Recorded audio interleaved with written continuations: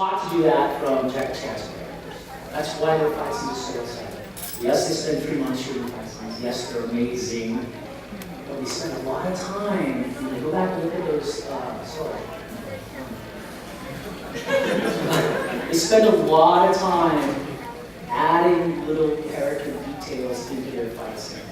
And that's because they're forwarding the story in the action. And that keeps you invested. Right? And that's going to be that's going to be a reoccurring point in this topic as we continue to talk about it. So design, that means story. So here's a good example of how to do that. Without a script whatsoever, I'm going to show you how we create a little bit of story. I'm going to have 2 volunteers, please. Somebody would like to volunteer? We'll use you again. I'd like to use you. And come up now with the band-aids on me. Everybody will get a chance to come up and do something. Travis, do you have that bottle of water? So some of you have seen this already. But this is the very clearest way to show what I'm talking about when it's a story of character. Okay. Let's have you stand on there. Actually, no, let's have you guys stand there. And face it up. Stand close to the left. I know it's like choreography. These look like a couple of guys standing in line somewhere, right? Or waiting to get picked. I want to play. Right? It's a visual image on the screen. You guys can refer to the screens. It's just the way that they're standing, the way that they're hanging out creates a visual image. But if I do this, I'm going to be standing there, please, and still this. We get a lunch on? Is that possible? I'll talk to that lunch. How much for it?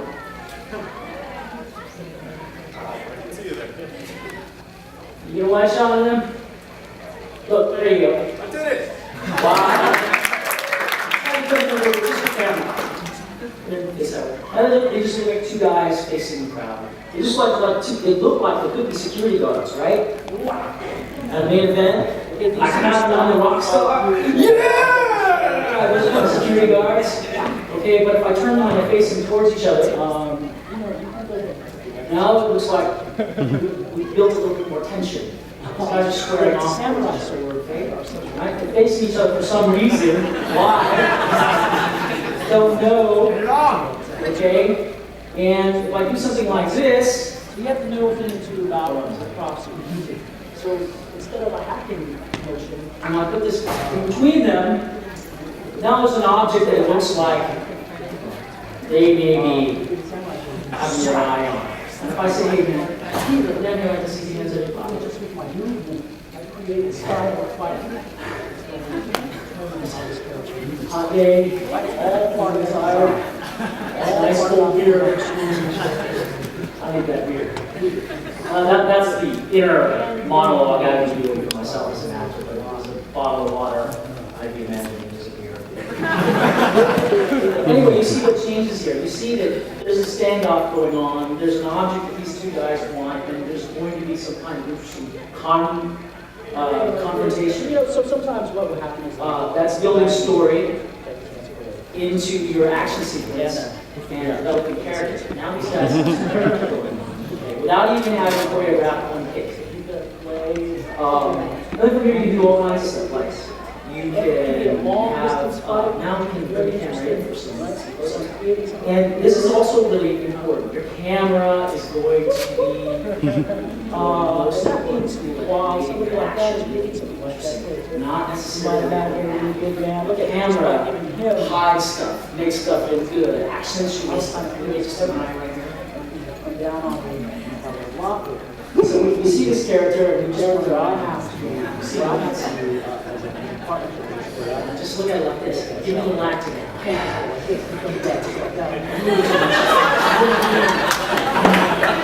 Real neat. A little snarl. He's hungry.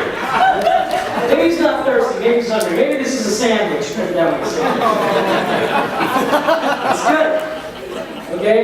And we might reveal this character another way, like having a little bit wider shot.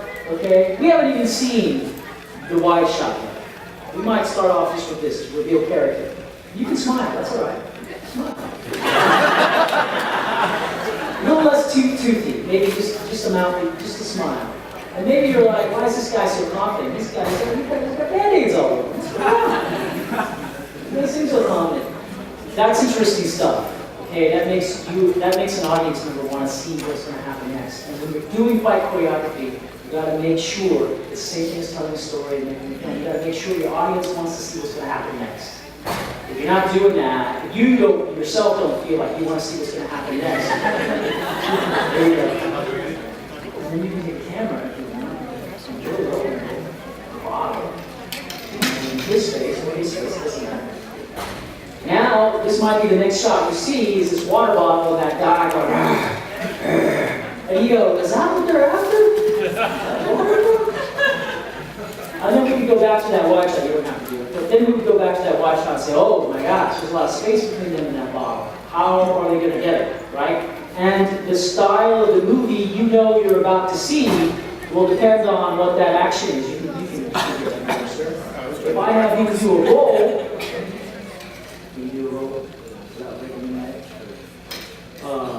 if I have him do a roll, when he does this roll, actually what I'd like to see you, now watch this, this is important. You can keep the camera low here, and I'd like you, I know, I'm sorry about that. You can, you might want to go handle for most of this. You keep the camera low here, and roll towards that bottle, and pick it up. You might see something like that. See how that's kind of an interesting shot. Very nice.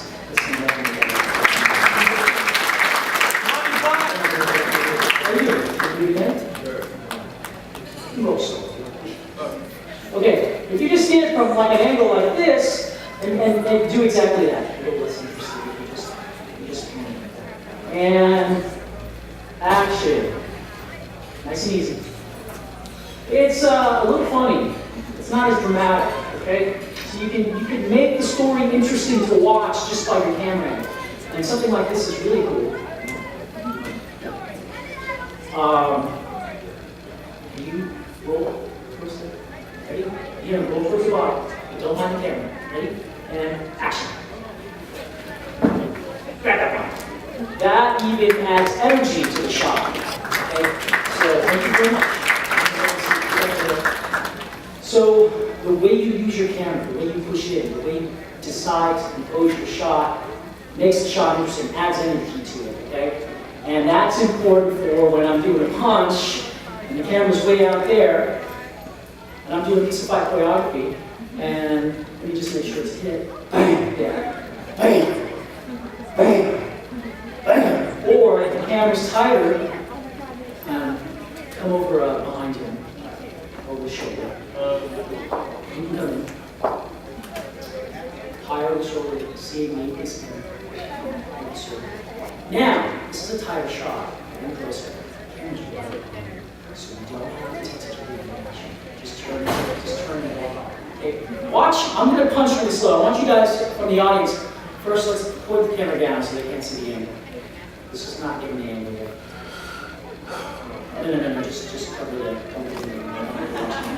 So, look how fast I'm going to punch. This is very slow.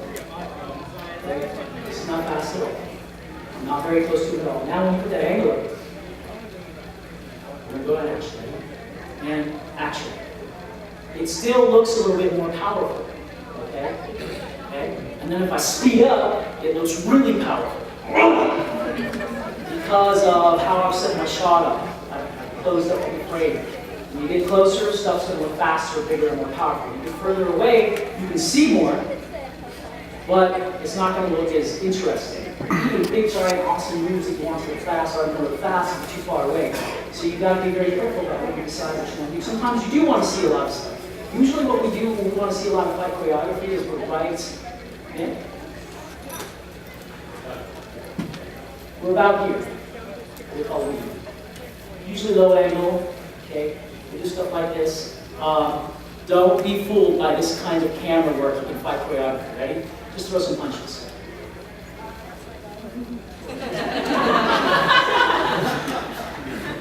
Now look at camera. See how Jason wore. don't be fooled by that more identity stuff. We make jokes about that stuff, because you can't see it. Sometimes it's good, sometimes it works. Usually when you see that kind of stuff going on, they're trying to hide the fact that the two guys can't move. Okay, let's do something a little more interesting. So that's fight design. You guys can have a seat. Thank you. Let's have a hand for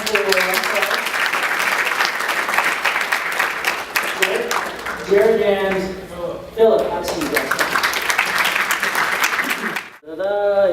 Yeah, blah, blah, blah. Yeah, who cares? Okay. Need the cable. This is important. It's there. Now we can get a little bit of Open your back, open your back. practicality going on. Yep.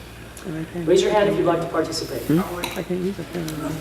Okay, I'm just going to put you guys in a line. You're still going to have to listen to my lecturing, my babbling on, but I'm going to pull you off to make examples. Okay, so you guys can participate in the examples. So let's have everybody who wants to participate line up right here. Good to see you again.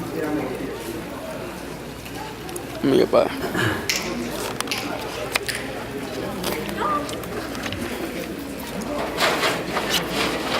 Why don't you guys pretend like we're all back in grade school, have a seat Indian style so that they can see the monitor. Just give him the camera. Listen, just give him the camera and he plugs it in. I need my laptop's back there in the seats. Plug where? You left it? Adrian, go get that.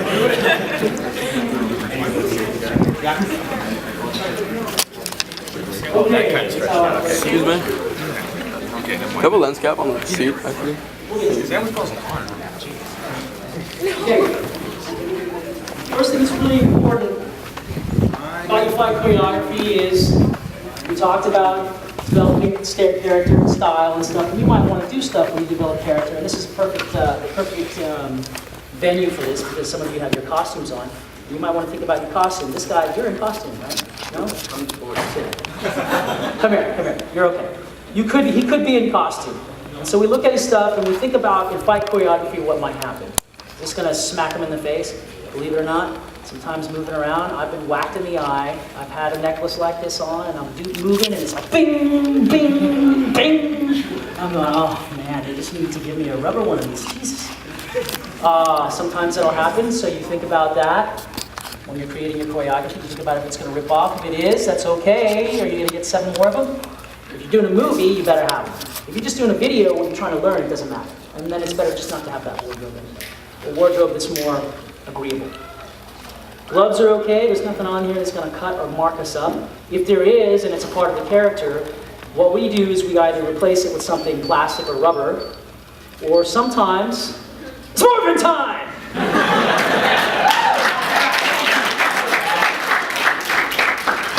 It's morphin' time! I don't know where that came from. So, true story.